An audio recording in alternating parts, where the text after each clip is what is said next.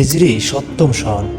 মদিনার আকাশ তখন ভারী, শান্তির শহর, কিন্তু বাতাসে ছিল ষড়যন্ত্রের গন্ধ।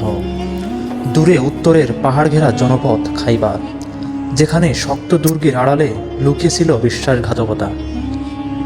খাইবার ছিল ইহুদিদের শক্ত ঘাঁটি, উঁচু উঁচু দুর্গ, লোহার দরজা, পাহাড়ি প্রাচীর। সেখানে বাস করত যুদ্ধ কৌশলে পারদর্শী লোকেরা, যারা বারবার ইসলাম ও মুসলমানদের বিরুদ্ধে ষড়যন্ত্র করেছিল। মদিনা থেকে বিতাড়িত কিছু ইহুদি নেতা, যারা আহজাব বা খন্দকের যুদ্ধ এ কুরাইশদের উস্কে দিয়েছিল, তারা খাইবারে গিয়ে আগুন লাগিয়েছিল বিদ্বেষে। হিজরি ৭ম বছর।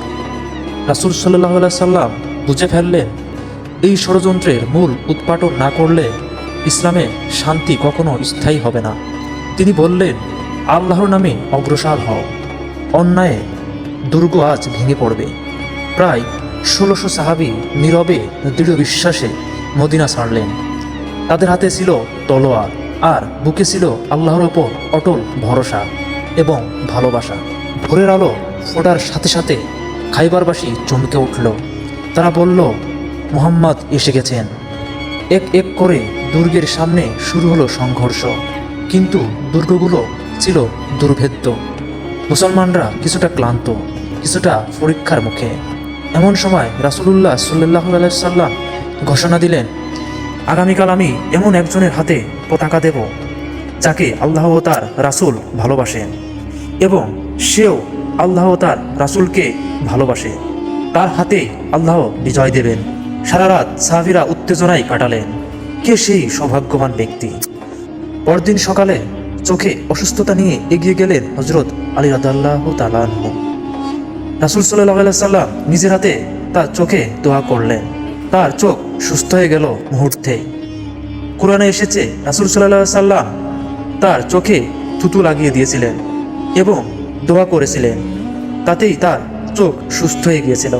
পতাকা তুলে দেওয়া হলো আলীর হাতে। তিনি বজ্রকণ্ঠে বললেন, আমি যুদ্ধ করব সত্যের জন্য। খাইবারের শ্রেষ্ঠ যোদ্ধা মারহাব লোহার বর্ম পরে চিৎকার করে বেরিয়ে এলো, আমি মারহাব, খাইবার আমাকে চেনে। আলী রাদিয়াল্লাহু তাআলা আনহু এগিয়ে গেলেন। দুটি সিংহ মুখোমুখি। এক প্রচণ্ড আঘাতে মারহাব ভূমিতে লুটিয়ে পড়ল। খাইবারের দুর্গ নেমে এলো নীরবতা। কথিত আছে, হযরত আলী রাদিয়াল্লাহু তাআলা আনহু যুদ্ধের সময় একটি বিশাল দুর্গের দরজা তুলে ঢাল হিসেবে ব্যবহার করেছিলেন। যুদ্ধ শেষে অনেক সাহাবী মিলেও সে দরজা তুলতে পারেনি। বিজয় কিন্তু প্রতিশোধ নয়। এক এক করে দুর্গগুলো পতন হলো, খাইবার বিজয় হলো। কিন্তু রাসূল সাল্লাল্লাহু আলাইহি সাল্লাম প্রতিশোধ নিলেন না।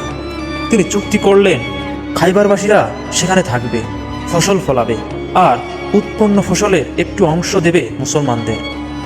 খাইবারের যুদ্ধ শিক্ষা দেয়, অন্যায় যত শক্ত দুর্গেই থাকুক, সত্যের সামনে টিকতে পারে না। বিজয় আসে ধৈর্য ও আল্লাহর ওপর ভরসায়। ইসলাম প্রতিশোধ নয়, ন্যায় বিচার শেখায়। খাইবার শুধু একটি যুদ্ধ নয়, এটি ছিল অহংকারের দুর্গ ভাঙার ইতিহাস। এটি ছিল আল্লাহর সাহায্যে জীবন্ত প্রমাণ।